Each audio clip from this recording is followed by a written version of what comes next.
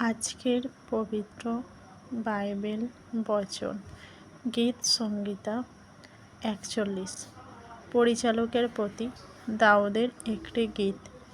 সেই ব্যক্তি যে দিন দরিদ্রকে সফল হতে সাহায্য করে সে বিপুল পরিমাণে আশীর্বাদ পাবে।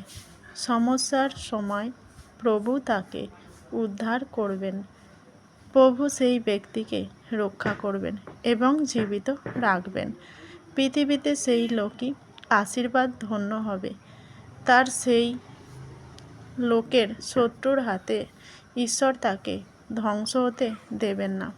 যখন সেই ব্যক্তি অসুস্থ হয়ে বিছানায় পড়ে থাকে, প্রভু তাকে শক্তি দেন।